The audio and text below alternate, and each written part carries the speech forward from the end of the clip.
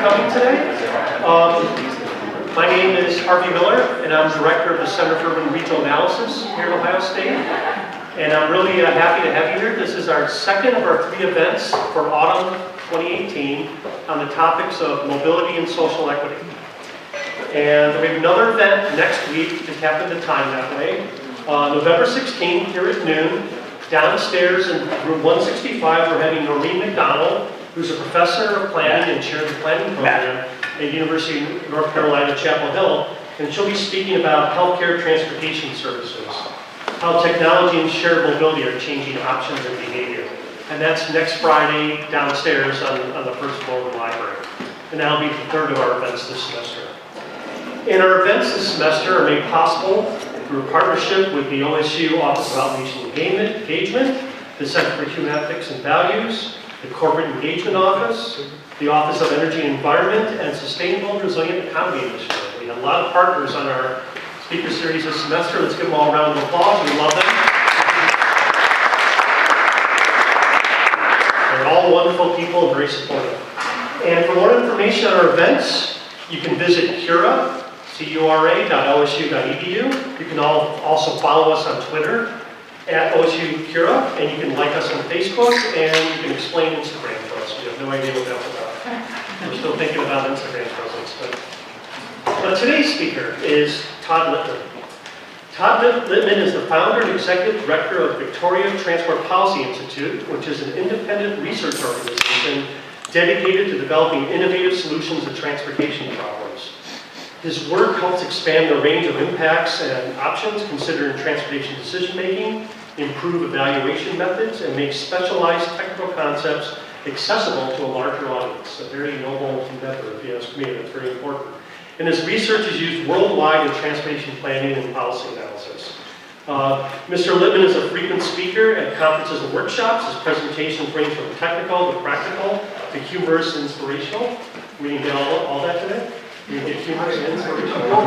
I will check that. See if I follow those requirements. We'll see.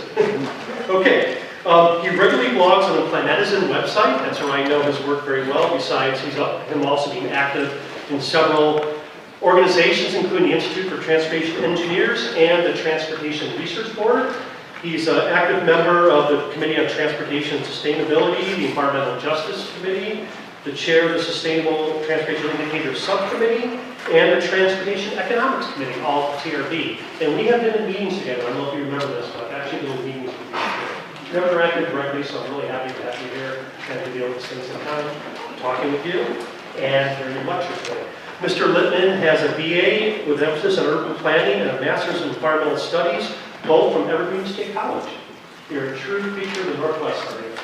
As I said, I said this morning, Columbus is the Portland of the Midwest. So you should feel at home here. Besides the rain. All right. Please join me in welcoming Todd Litman.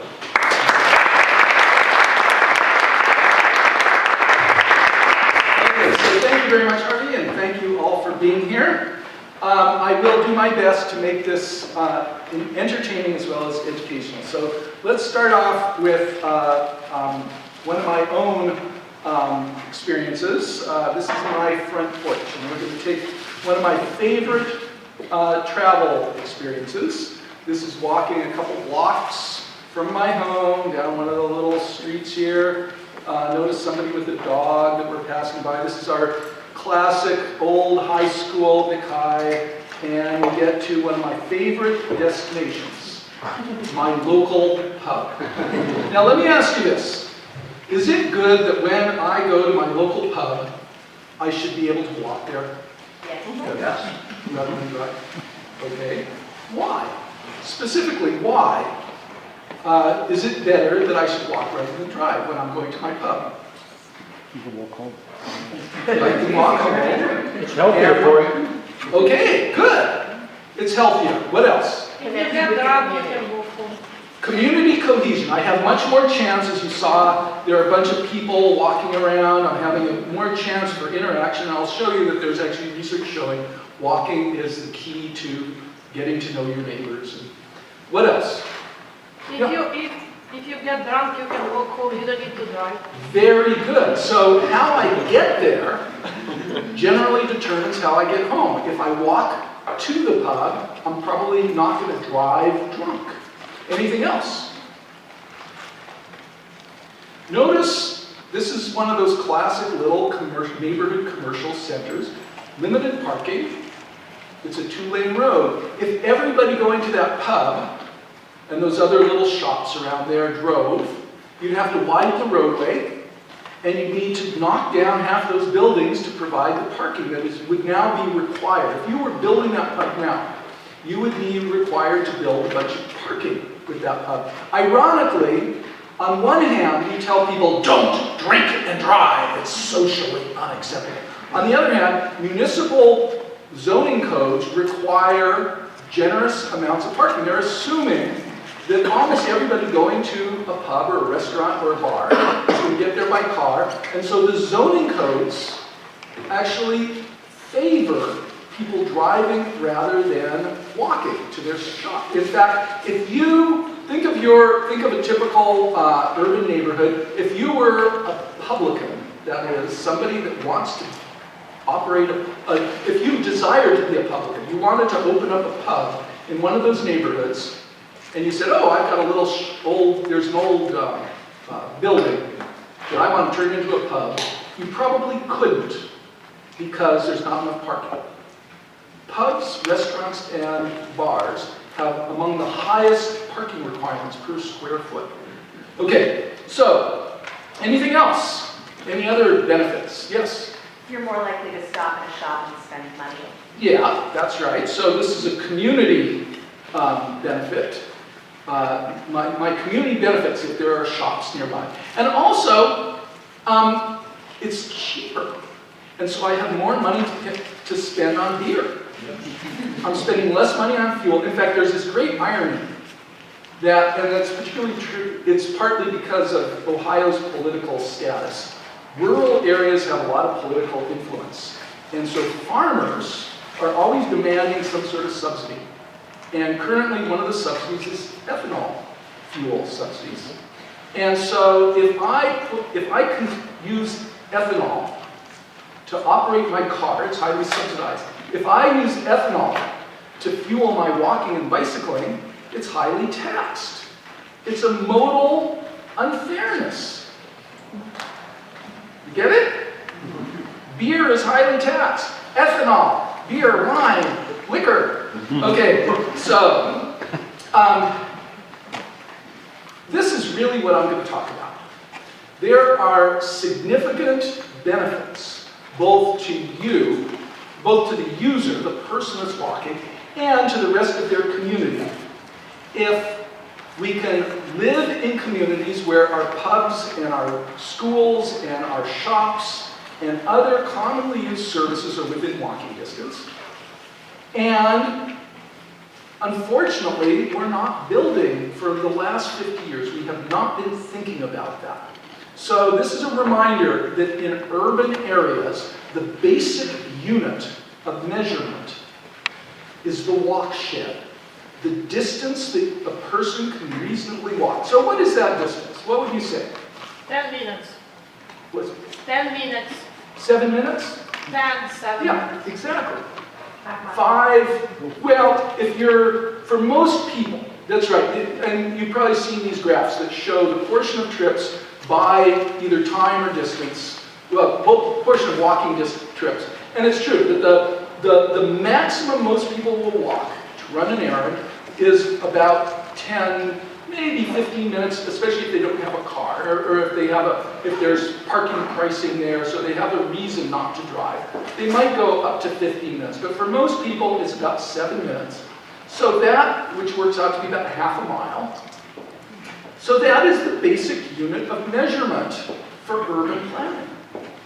That is what you would think about, for example, if you're designing a neighborhood where children can walk to school. You would want the schools to be located within, say, less than a mile of most households.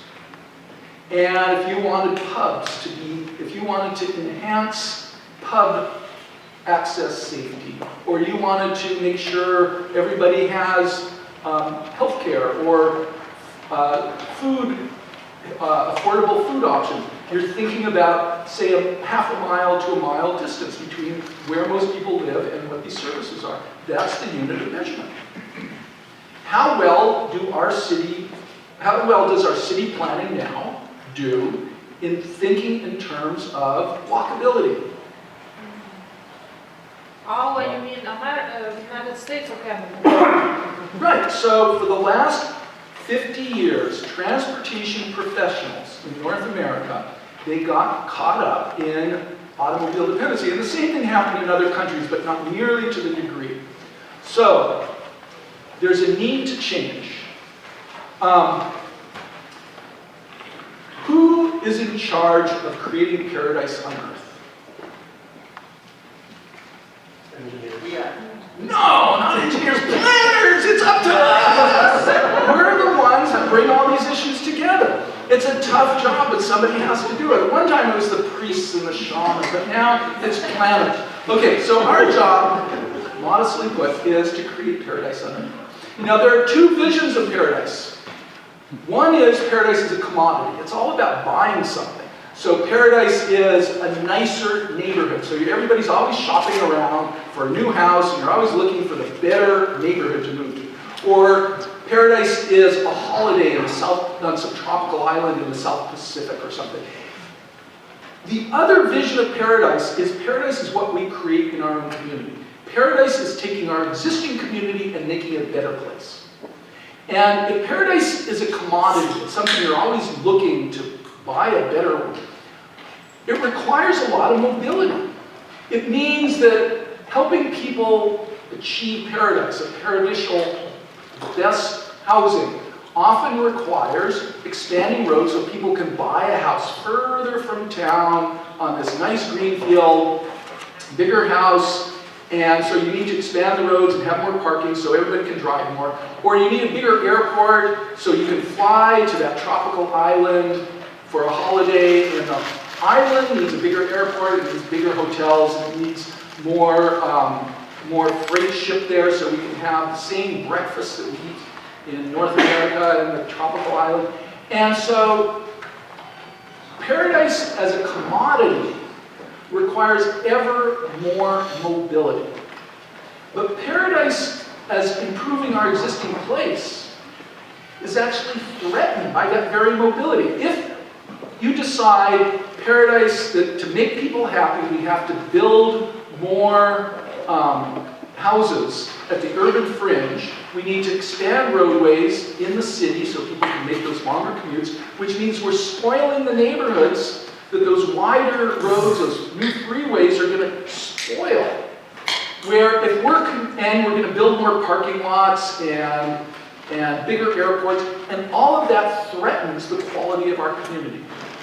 If paradise is what we build in our own community and improving our own community, we have to be able to constrain mobility. We have to be able to say, we're going to take a road that currently is 4 lanes wide, or let's say 6 lanes wide, and is designed for 60 km/h travel, a big arterial, and we're going to turn that into a 4-lane or even a 3-lane road, and we're going to design it for 40-mile-an-hour or even 30-mile-an-hour traffic, because that improves the quality of where we are. That makes it more of a paradise in the existing urban areas.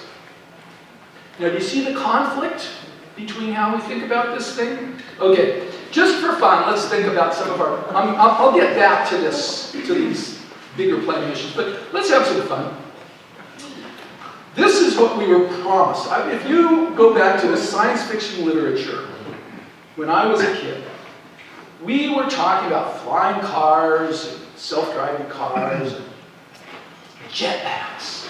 And if you were going to take a long-distance trip, you were going to have a trip on a supersonic flight. And if you saw the movie 2001: A Space Odyssey that came out in 1968, it predicted that by 2001 you'd be able to fly to the moon on a Pan Am spaceship with a stewardess in a cute little uniform hovering over you. How much of that came true? Raise your hand if you got here in a flying car. Anybody do that? How about, has anybody flown in a supersonic jet? Anybody get here by Segway? Okay, raise your hand if you've been to the moon. Pan Am spaceship. No? Okay. But there is a new form of transportation that didn't exist in the 20th century that probably most people in this room have used in the last month or two. What is it? What is the new mode of transportation that's unique to the 21st century? I can pretty much guarantee if you look at your parents' honeymoon trip photos, you would not see this. What is it? What? No. Well, wheeled luggage. Raise your hand if you've used wheeled luggage in the past month or two. Okay, half the people in this room. Your parents' honeymoon photo, I can almost guarantee, did not include wheeled luggage. Wheeled luggage is a reminder, first of all, that the most important form of transportation is walking. Put this into perspective. What is the highlight of NASA's trip to the moon? The moonwalk. And when they send people up to the space station, what's the great adventure that astronauts up there do? Spacewalk. Spacewalk, yeah. So it turns out NASA is just another public transit agency. It's facilitating a nice walk in an interesting place, okay? The other thing that this is a reminder of is sometimes the most important improvements in our transportation system are incremental changes that were not really designed. There was no breakthrough when we decided we're going to put wheels on luggage. I mean, there was a guy, the airplane pilot, that kind of invented it or started doing it. But it wasn't a bunch of transportation engineers saying, this is going to be the new form of transportation. No, it's something that turned out to be very useful. But as far as I know, there's no literature in the transportation engineering world about wheeled luggage. I'm actually planning to write it. But it is very important and yet almost invisible. And it's a reminder of some of the various trends that are affecting travel demands. And among them are aging population, vehicle travel saturation, smaller families, later parenting, increasing urbanization, poverty and affordability concerns, changing travel and housing preferences, health and environmental concerns, new services and technology. Let's think of this from a planning perspective. Now, if you've ever been to a Passover Seder, you go through the 10 plagues of Egypt and the suffering that those poor Egyptians went through. Okay, so what are the 10 modern plagues? Okay, they're not water turns to blood, frogs, lice, flies, cattle. No, they are traffic congestion, parking problems, traffic accidents, noise and air pollution, inadequate mobility options for non-drivers and chauffeuring burdens, unaffordability and inequity, sedentary living, social isolation, ugly streetscapes, and fear of crime. These are the modern ones. How well do we do as planners addressing the new plagues? Okay, are we like the Pharaoh that kind of was in denial for a while until it came back to bite him? Okay, so the way that we planners think about it is that there are a bunch of old planning issues like traffic congestion and parking problems.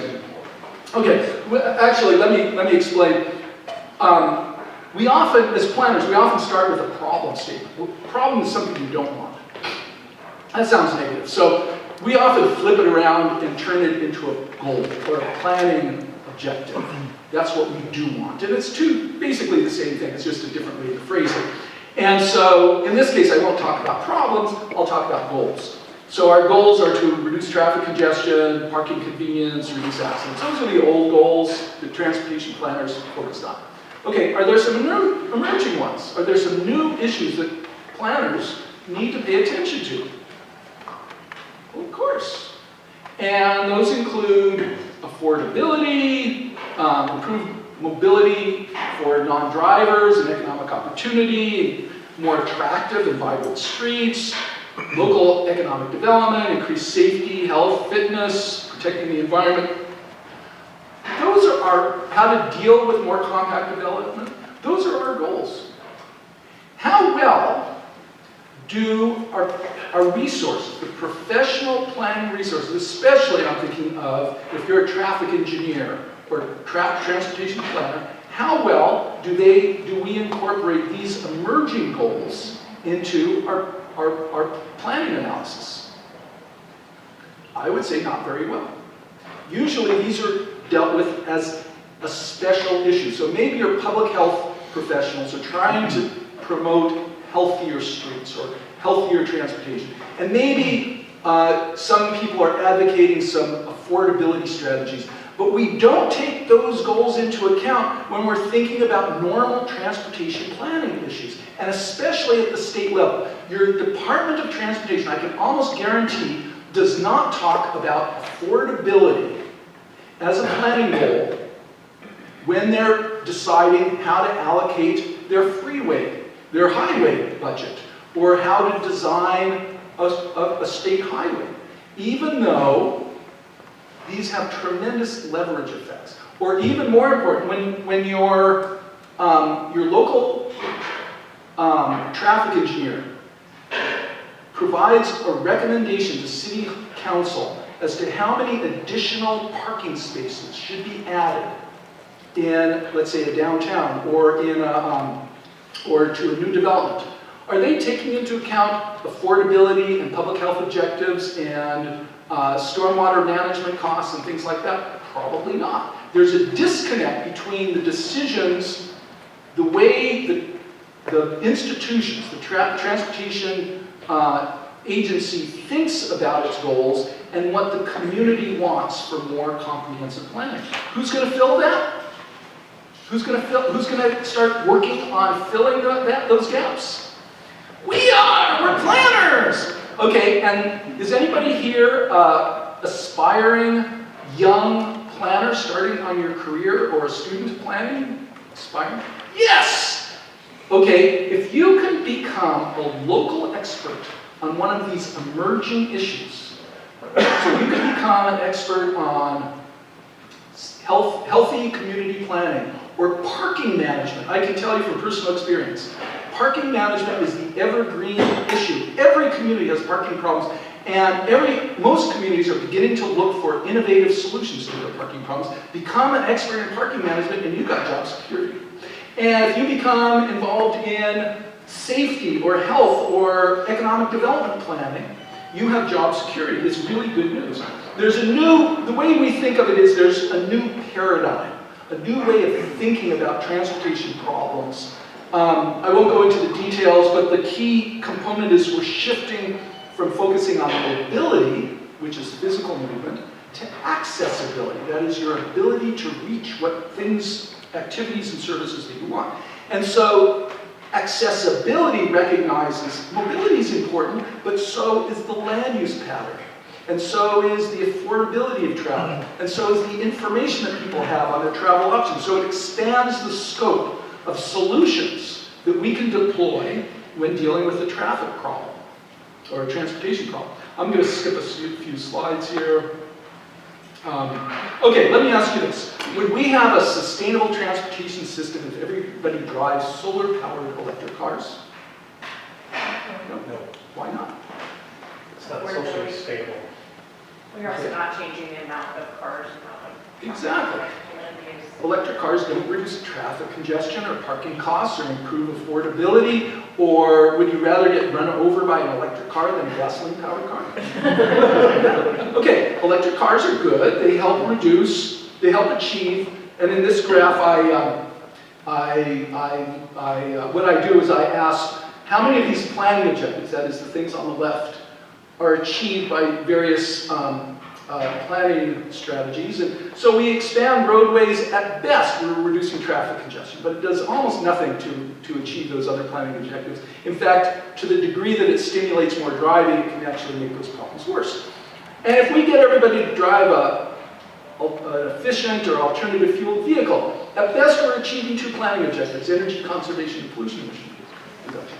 But if we get people to use resource-efficient modes, walking, cycling, and public transit, and we create smart growth communities where the distances are shorter and it's possible for people to rely more on the efficient modes, we're achieving almost all of these planning objectives. And that's particularly, let me emphasize, since this is partly about social equity and affordability, that if you are, for any reason, cannot or should not or prefer not to drive, the other transportation improvements do nothing for you.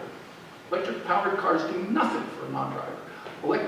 Widening highways do nothing for a non-driver. But improving affordable modes and improving more smart growth achieves all of those planning objectives. So I would say an efficient and equitable transportation system has to be diverse. So people can use the best mode of travel for each trip. So local trips, you walk and bike, local errands. For cross-town or longer distance urban trips on major travel corridors, you use public transportation. And you use driving when it really is the most efficient mode considering all impacts. And that's where we fail. We do not. We are forcing people to drive for trips that are not truly efficient. And that is our challenge. So there are a bunch of things we can do that improve, we could use the term multi-modalism, or you could say smart growth, or diverse transportation system. But the key thing is there are a number of things that are improving your mobility options, especially the affordable or resource-efficient modes, give people an incentive to use the best mode for each trip, and complementary land use development patterns. Okay, let me just tell you a few stories that illustrate this. The U.S. Federal Highway Administration sponsored a non-motorized transportation pilot program. They had some money. They gave 4 typical U.S. communities what worked out to be about $100 per capita to spend on walking and bicycling improvements, and which is a tiny amount of money compared with what people are spending on transportation in total. Compared with $100 per capita is like a fraction of a percent, and this was over 4 years, a fraction of a percent of what those households are spending on cars and parking. But, so community-wide increases of 22% increase in walking and 49% in bicycling after that was completed. If you're an economist or a planner or an engineer, what would you say? You would say there was latent demand. There were a lot of people that wanted to walk and bike, but couldn't in these communities because there was inadequate facilities.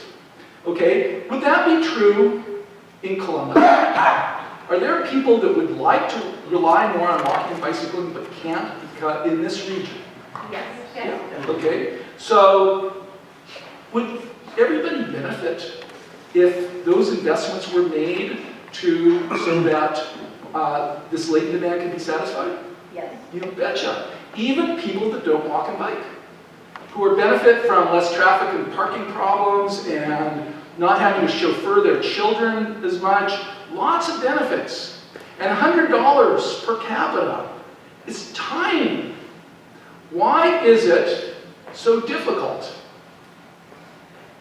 Well, mainly because what used to be called the Department of Highways and then became the Department of Transportation has not really heard that walking and bicycling are legitimate forms of transportation. So most of our funding is dedicated, all that fuel tax, it's almost entirely dedicated to motor vehicle travel, either automobile or public transit, but walking and cycling get little respect.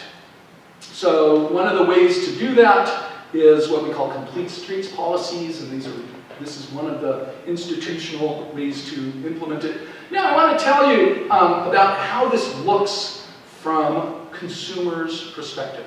So every couple of years, the National Association of Realtors has sponsored a survey asking people.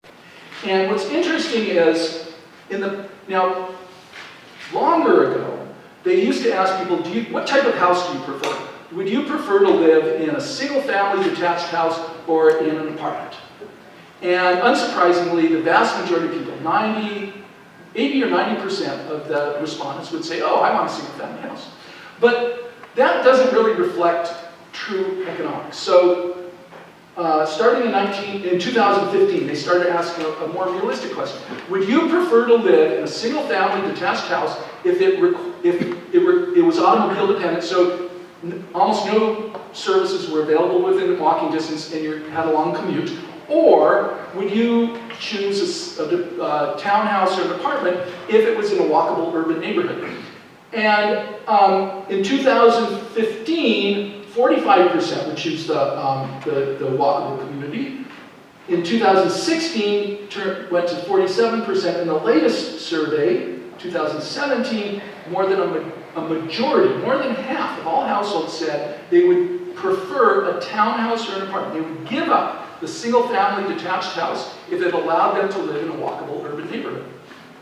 Then they looked at the housing stock, and what the survey or what the study found is that for every household that lives in a walkable urban neighborhood that would prefer to live in a detached single-family house in a sprawled area, there were 5 households in the sprawled area that want to live in a walkable urban neighborhood, even if it meant living in a townhouse or an apartment. How well does our planning do at serving that demand? If there's a lot of people that want to live in a walkable urban neighborhood, even if it means living in a townhouse or a low-rise apartment, are we doing a good job building those townhouses and apartments? No, we're doing a terrible job. In the cities that I'm familiar with, and probably here, the zoning codes prevent townhouses and apartments in something like 70% of residential neighborhoods. Is that true here in Columbus? Anyway, Probably. yes. Okay, so let me ask you this. What's the most dangerous country for automobile travel? Among, let's say, affluent countries, OECD countries. This one. The United States. This graph shows if you rank, unsurprising, or a lot of people are surprised. The traffic safety experts in North America do not highlight the fact that the United States has the worst per capita traffic fatality rate among OECD countries. Why is that? Is it bad cars? Bad highways? Bad drivers? Number of cars on the road. Yeah, it's the per capita vehicle travel. So when you compare per capita vehicle travel to per capita traffic fatality rates, it's practically a linear relationship. Yeah, I've done a lot of research on this. If you look at each of these dots as a U.S. urban region, city, and its suburbs. And this is traffic fatality rates on the left versus transit ridership. If you live in a transit-oriented community, your chance of dying in a car crash is about half or a quarter of what it would be in an otherwise equal city that is automobile dependent. And if you disaggregate this more, you look at neighborhoods. So you ask, what is the traffic fatality rate for people who live in a transit-oriented walkable community versus who live in an automobile-dependent suburb? It's about 10 times. The difference is an order of magnitude different. When people are shopping for a house, does anybody warn them that if they live, and this, by the way, is Reed Ewing's work for U.S. counties, traffic fatality rates versus the smart growth index. The smart growth communities have a quarter of the traffic fatality rate as the sprawled counties. Does anybody warn people when they move out to the suburbs or an automobile-dependent community that their chance of dying in a car crash has just gone up by 4 times? No. Should they know that? Yes. Would this be a good argument for some policy reforms to ensure that anybody who wants to live in a walkable, safe, healthy urban environment could do that? Yes. Okay, this is the community cohesion aspect. This very interesting travel survey from Vancouver, one of the things it asked was, did you have some friendly interactions when you were traveling? And it turns out when people walk, 35% of the time, they have some friendly interaction. When they're in a car, 16%, and that's probably mainly waving at each other through the windshield. And if you really want to stimulate community cohesion, give people cute dogs, because there's nothing like having a dog when you're out for a walk. This is Columbus's walk score. Everybody familiar with this? This is a heat mapping. And so we were talking earlier with some students about how to do magical stuff with GIS. This is an example. This is GIS. If you believe what we've been talking about, that there's some values to living in a walkable urban neighborhood, how would that translate, for example, to how should real estate professionals talk about it? What would they say? Or let's say a social service agency that's making decisions about where to locate some affordable housing. What should they say, looking at this map? All the green. Exactly, that you're cursing low-income households. If you're putting affordable housing in an automobile-dependent area, everybody is better off if especially low-income or physically disabled people with physical impairments can live in a walkable urban neighborhood. That is the green. This type of map is great for communicating that kind of information. Similarly, emissions. This shows emissions per capita. This happens to be Toronto, but I've seen other research showing similar results. People who live in the central, walkable neighborhoods consume far less energy and generate far fewer emissions. And there's a fairness factor. In any community, somewhere between 20 and 40% of the population cannot or should not or prefers not to drive. And they deserve to get their fair share. Right now, our transportation dollars are programmed primarily for roads and for parking facilities. And it's only fair that people who don't drive should get a fair share of those resources. And I think we've done a very poor job of communicating that. Right now, I'm interested in affordability, so I'm doing a lot of research. What constitutes and what achieves affordability goals? And here's the way I like to describe it is, what does it take for somebody to be poor but happy? If we can improve happiness per dollar, we are achieving true benefit, true social equity and social welfare gains. And I don't have time to go into this. I'm going to have to skip ahead a little bit to make sure I get to my autonomous vehicle section. But basically, the biggest expenditures in most households are transportation and housing, and particularly low-income households are spending far more on housing and transportation that is considered affordable. And you can look at it from a land use perspective. So there's this H&T, Housing and Transportation Affordability Index. And basically what it says is if you only look at housing affordability, the yellow, that is what's considered affordable areas, the suburbs look very affordable. But if you look at housing and transportation affordability, so you're considering those costs together, then true affordability focuses in the walkable urban neighborhoods.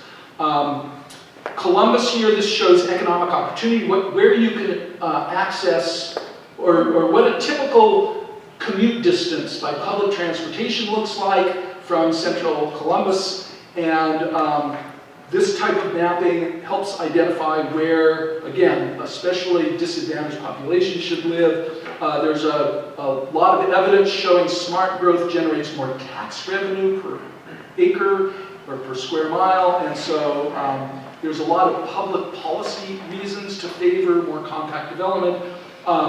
If we had time, I would go through this chart that looks at the benefits of accommodating more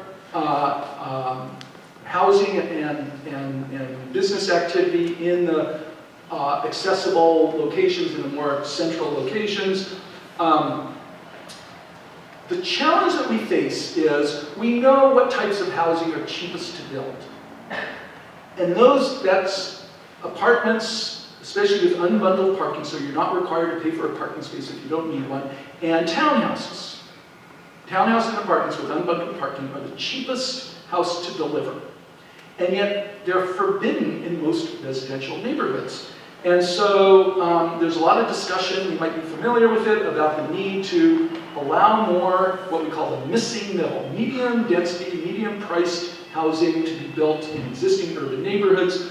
One of the key components is to unbundle the parking, as I mentioned. Most people have never bought a parking space as a separate item and have no idea what these things cost. What do you think a typical parking space would cost if you were to have to buy it? Depends on the city. Well, right. In cheap land areas, it's only about $5,000 per space to build. You're just basically laying some asphalt. But once you get into structured or underground parking, you're talking $20,000 to $60,000 per space. And according to current zoning codes in most cities, there needs to be between 2 and 6 off-street parking spaces per car. And those urban parking spaces are worth more than the car. A $20,000 car sitting in a $60,000 underground parking space. And so there are a number of studies that have started to look at this, or to put it differently, there's huge potential economic savings from more efficient management of parking. So read my book, Parking Management Best Practices. You too can become rich and famous, or at least successful, becoming a parking management expert. I can assure you. We don't have time to go into the details because I want to talk a little bit about the hot issue right now, autonomous vehicles, emerging mobility technologies. So how will ride-hailing and autonomous vehicles affect people's lives? Well, the optimists there are a number of publications by people that really don't know the issue very well that claim that within a decade, 95% of all travel will be done in an electric, autonomous shared vehicles. That we're not going to own a car, our robo-taxi will take us everywhere.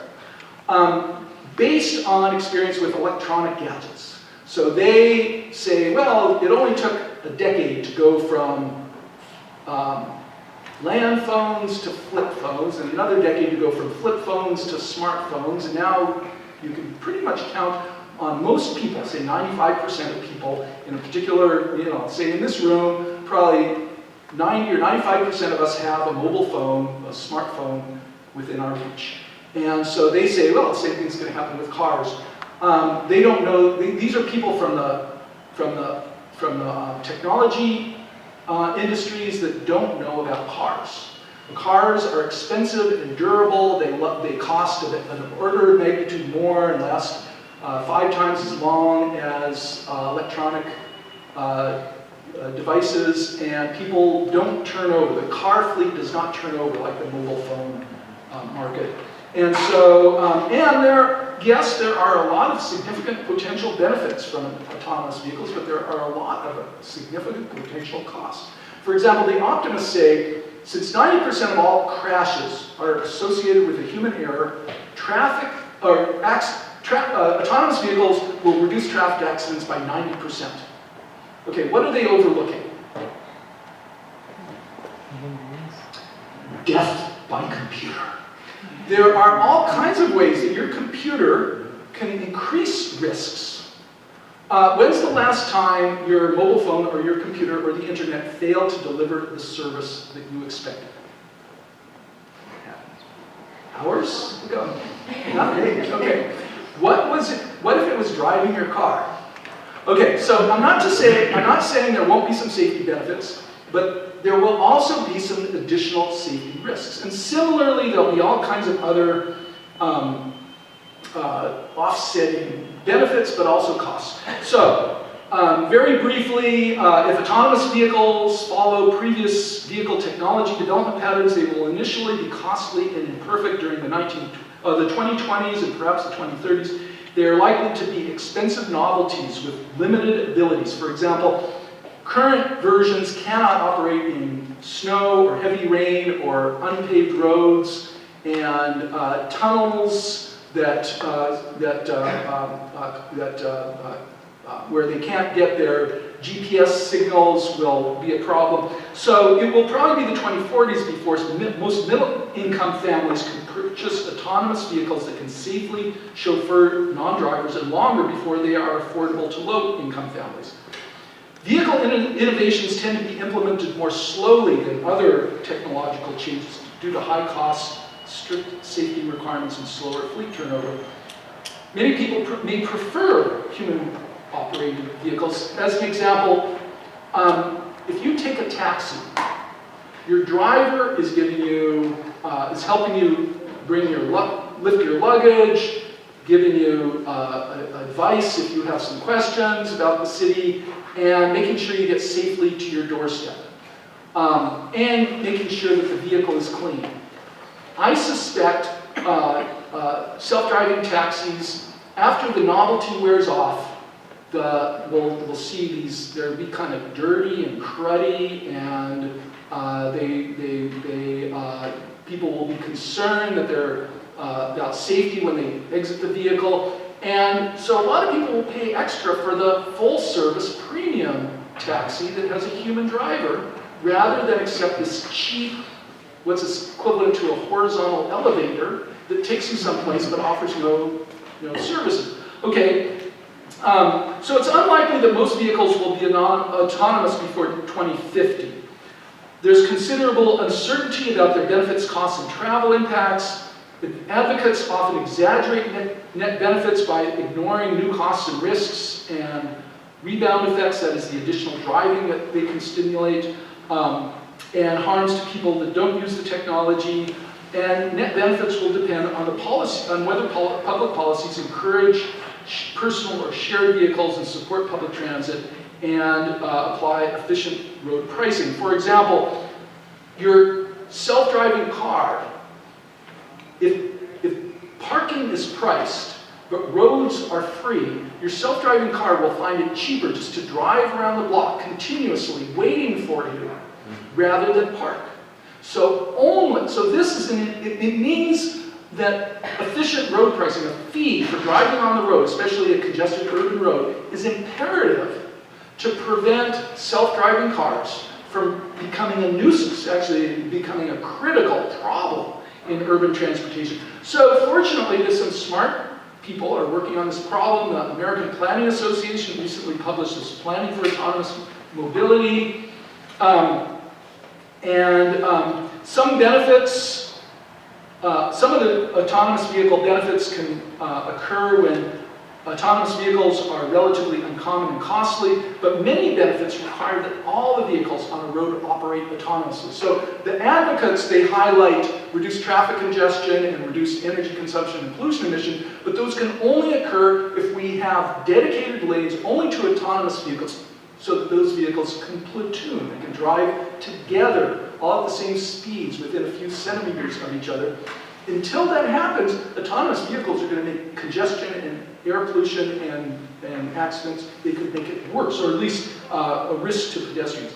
And so planners have important roles in guiding public policies to optimize benefits and minimize costs of these new services and technologies.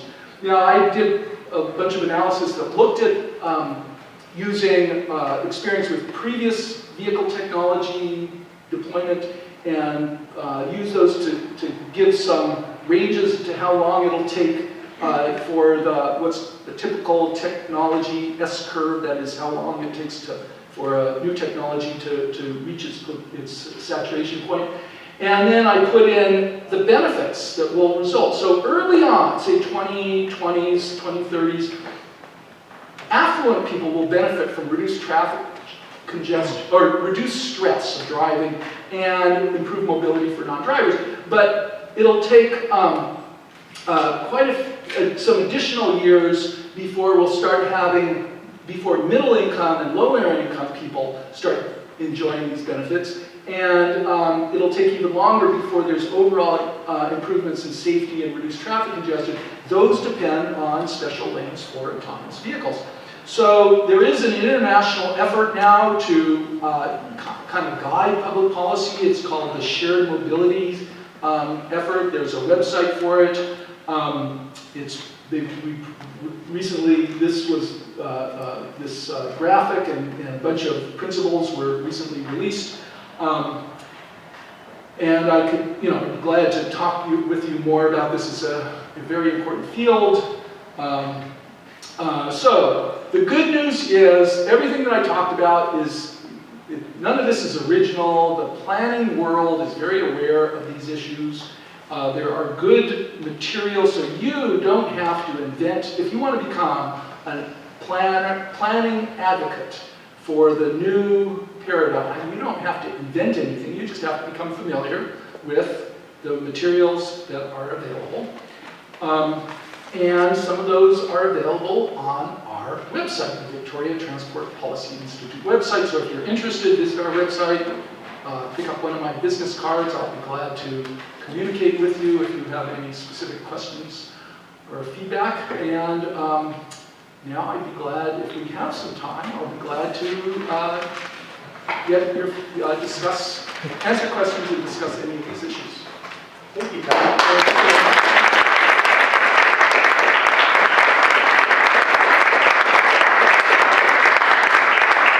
So we did begin a little late, so we do have a few moments for questions. But people have to leave. Feel free to quietly, But yes, sir, Matt. Yeah, I was just curious. There's kind of a push now for health in all policies, and kind of taking the approach of no matter whether you're a transportation department or whatever, that you consider health and equity in what you do. There's a bill in the Ohio Senate right now that's probably going to die in this session, but anyway, I just wondered what your perspective on those policies is, and whether the state level is the correct level for those to happen, or whether it really needs to push down a little bit. Well, to answer your last question first, I think that this paradigm shift should be occurring at all levels, within professional organizations, within municipal governments, within regional governments, within state governments. And bingo, that's the key, is the emerging issues. So affordability, economic opportunity, social equity, those are examples of emerging issues. And I think the way to actually address them is to form partnerships. So if you're a transportation engineer, you should be making, and you want to favor, you could either call them the healthy modes, or healthy community planning, or the affordable modes and affordable community planning, or you could call them the green modes and the energy efficient or resource efficient modes, or whatever happens to be the partner that you're trying to the group the interests that you're trying to partner with. You frame improving walking, bicycling, public transit, transportation demand management, smart growth, urban infill, you frame them in terms of that partner's goal. So health professionals are terrific partners. They are super smart. They have tremendous resources, and they're great researchers. They have tremendous community influence. So one of the things that I would recommend is you do heat mapping. First of all, you develop a healthy community index. What are the specific things? And there's lots of good research coming out of this. Harvey will be able to get you in touch with Reed Ewing, who is a world expert on this, who has been doing some of this stuff. Maybe you've been doing some correlation between land use factors and health outcomes? I've done some work on public transit and the impact of health. Okay, so you get this research, you identify the public policies that can help achieve that goal using this research, and then you partner. So instead of what is your professional context? I work at the CURA Institute for the Study of Race and Ethnicity, so we advocate for Social equity. justice, Social justice. Okay, so you would partner with your public health professionals, and you don't even have to use the term social equity. What you can do, or you can if it's politically useful, but if not, you can you could have this rating system, and you're simply saying that we want to increase the number of households that live in a healthy community, and here are the policy reforms that help that. And then you identify what the Ohio Department of Transportation can do, And one low-hanging fruit is the school transport management. So you say, if the Ohio Department of Transportation really wants to demonstrate concern for all forms of transportation, including active, healthy transportation, it should have a program that has decent funding, that does what that Federal Highway Administration program I described, which was it invests at the community level to improve walking and bicycling, and you would say, for children getting to school. Now, in any decent community, if you improve children's ability to walk to school in the neighborhood, you're improving everybody's ability to walk around. So you're actually using a specific objective as a way to achieve a community-wide goal.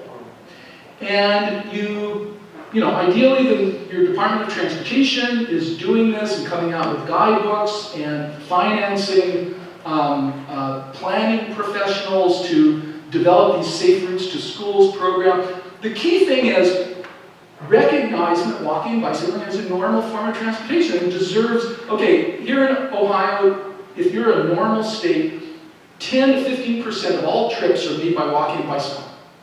Does your Department of Transportation devote 10 to 15% of its budget to walking and bicycling? No.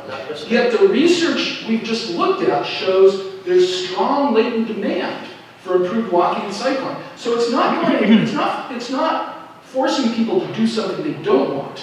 It's simply accommodating some demand that is currently slipping through the net, because the funding structure now focuses on the old transportation goals, that is improving driving conditions, and ignores the emerging goals, which are improving walking and cycling, improving modal options. Okay, so I would be glad to talk with you more, but let's see if there are other questions.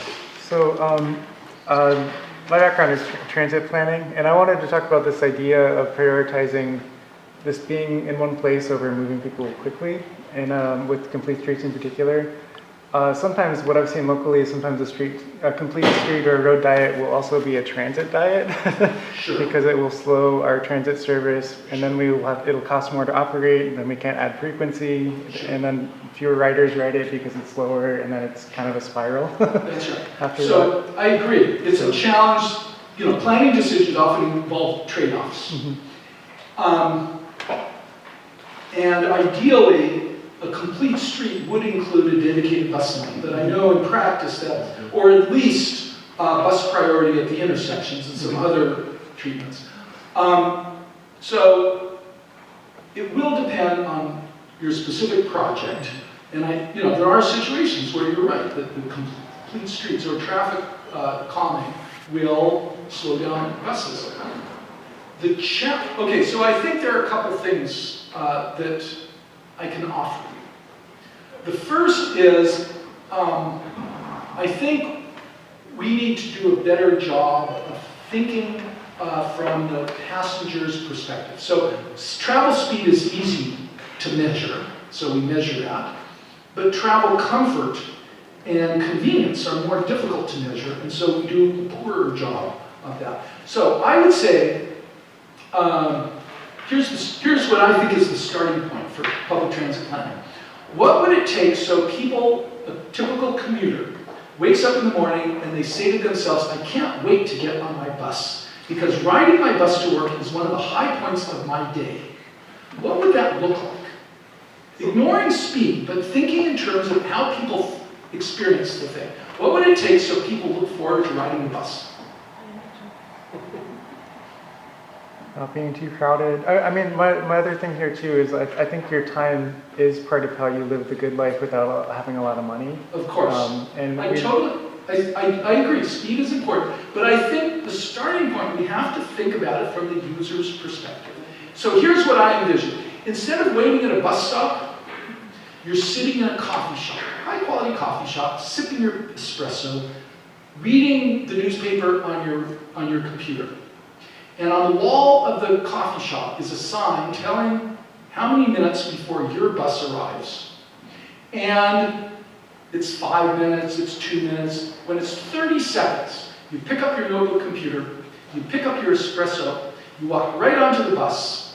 Everything is RFID payment system, so you don't need to find a coin or a card. You sit on your seat, you fold down the little work table, you've got your computer there with Wi-Fi service on the bus, same Wi-Fi as at the coffee shop, so you don't have to restart your computer, and you put your cappuccino in that cup holder.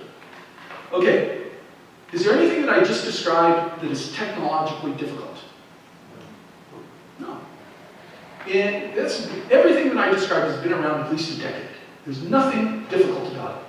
Would that attract some people who are currently driving, if they knew they were guaranteed a seat, onboard Wi-Fi service, cup holders on the bus, waiting for the bus is a pleasant experience, would that attract some people? Would some people say, I'm willing to take a 40-minute bus ride rather than my 30-minute car trip because I can get some work done on the bus? And it's a social experience. Maybe every so often you hire some theater students to come on the bus and they get everybody to sing the local football song, or they give out free tickets and prizes for the best singer or something like that. Is it possible that we can show, that we can turn, and every time people on a bus start a romantic relationship, that becomes celebrated, that every wedding, every marriage that is initiated on a bus ride becomes a system-wide something to celebrate. Is it possible that we can reposition public transit as the superior experience rather than the inferior experience? Yes? I feel like more the question that you have, like our housing affordability versus our sprawl, where we're working on your trip on the city. So some of the trips are not even 40 minutes. A lot of the cross-town trips can be upwards of more than an hour. Yeah, my commute is often an hour to go 4 miles. so that's pretty. I hear what you're saying about the road diet, because it's especially if you are a low-income person and you're going across town and you make $8 It's an not hour, reasonable you're for spending 4 everyone. hours on the bus. Sure. I'm not disagreeing. Yeah. In fact, the And real... housing affordability feels like the... Sure. So housing affordability is part of it. The political ability to put in those bus lanes and bus priority is part of it. And other things like prepaid fare instruments, so the poor bus driver isn't forced to be distracted and count people's coins. There's all kinds of inefficiencies in the existing system. Now, you go to Europe, you go to Asian cities, and they've had automated fare payment systems and prepaid systems for literally decades. This is not new stuff. Was that? As of how long? Is it working yet? Yeah. No, it's not really. Okay. I can't wait, personally. Exactly. I'm not here to criticize. Yeah. What I'm here to say is that if we can communicate to the good citizens of Columbus that they should vote in favor of bus lanes, and the policymakers to understand that it helps achieve many planning objectives, then we can start gaining those improvements, that investment of road space and investment of money. But I think part of it is painting a word picture, or giving people an idea that it could be a better life. And that's where I think affordability, the automobile-oriented transportation is so embedded in the American Midwest that it's difficult for middle-class people it's difficult for people to think of car-free living as anything but a sacrifice.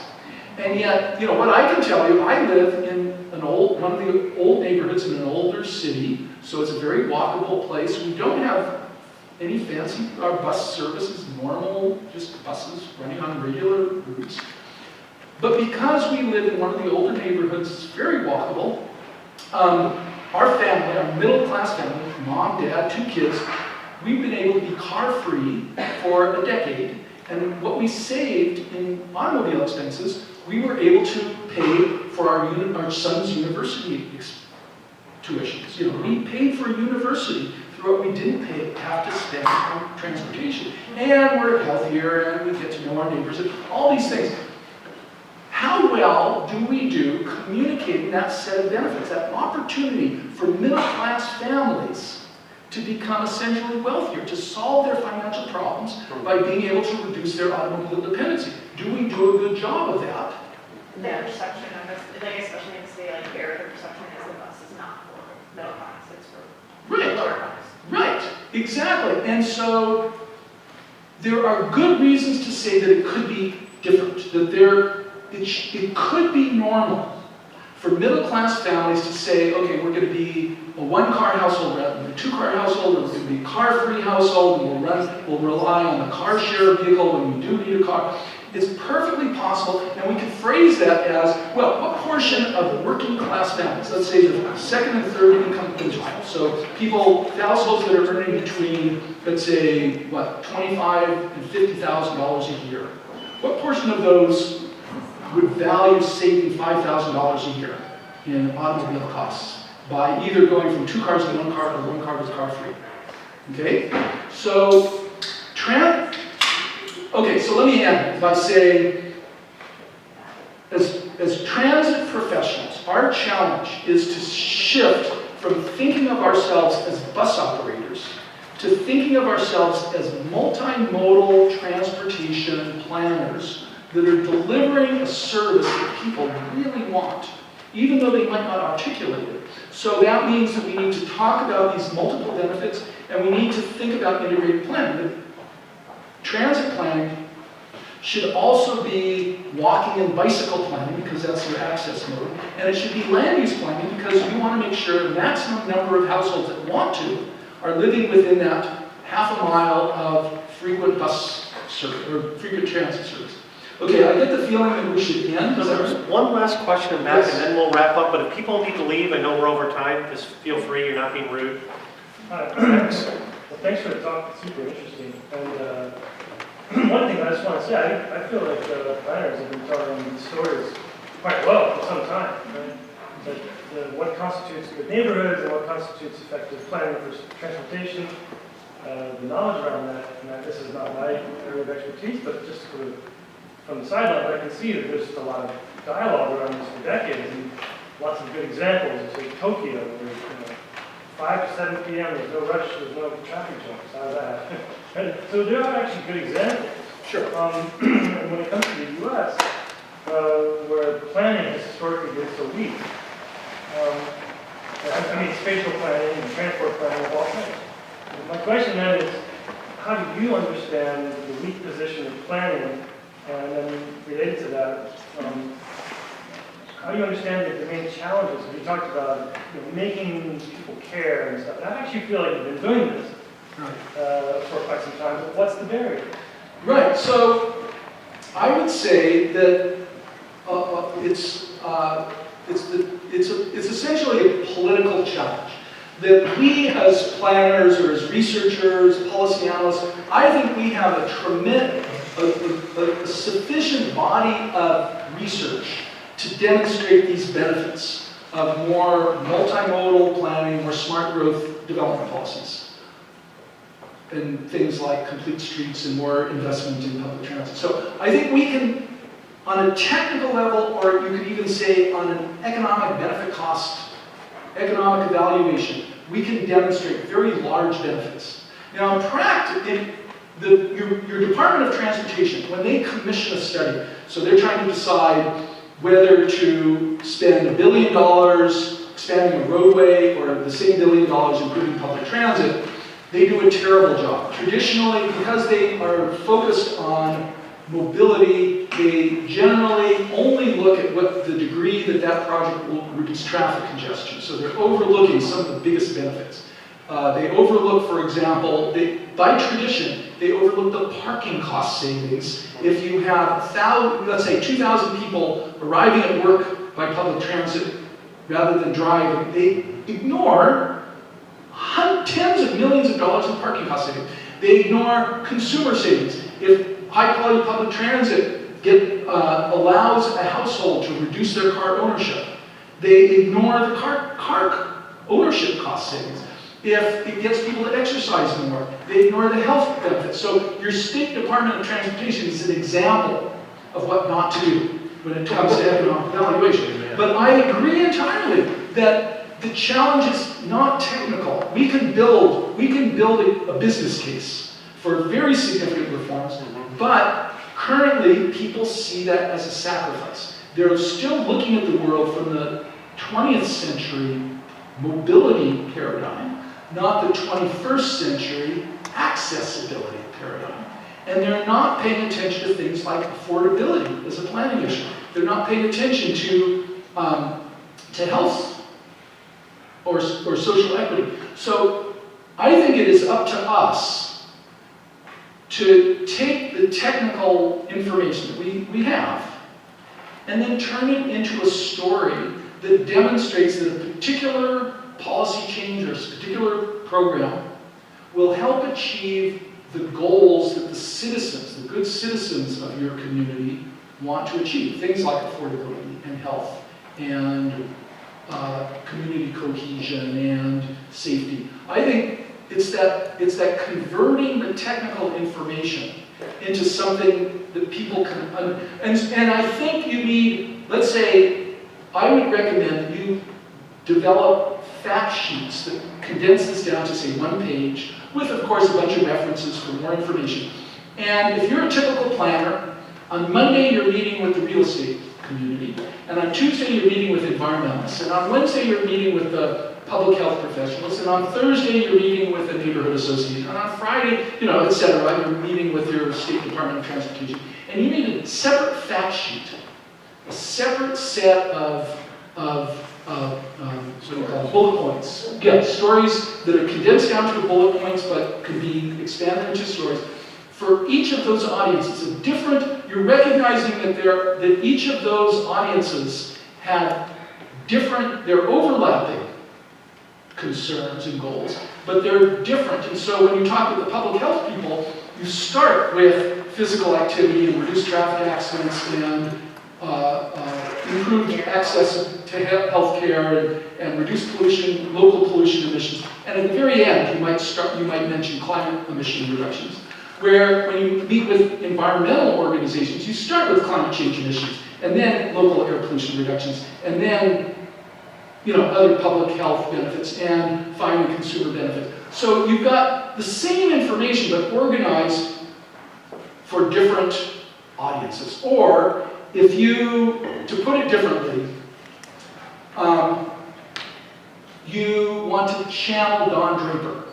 Think in terms of an advertising. Think about, sitting in an advertising agency office and you're brainstorming what are the hooks that will catch your audience. And we have to be thinking that way. And that's where I don't think we haven't started from the audience's perspective. We assume that this great information that we've been producing is going to speak for itself. And that's where I think we're failing.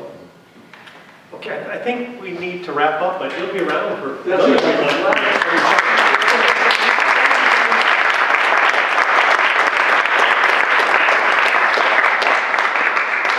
Thank you all for coming, and again, Noreen McDonald next Friday at noon downstairs in room 165 on healthcare transportation. Thank you.